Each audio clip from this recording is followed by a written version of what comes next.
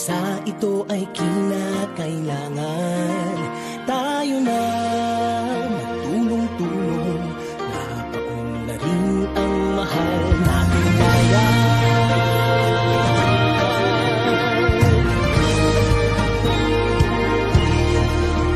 Panahon na magbabago at ayos ang mga dapat ayusin. Dapat na maging tungkulin ng bawat mamamayan dito sa atin. Ng pagbabago patungo sa pag-asenso, magsikap ng mabuti at nang guminhawa tayo. Malaki natin sa mundo at ipamalas ang bagong Pilipino at bagong Pilipinas.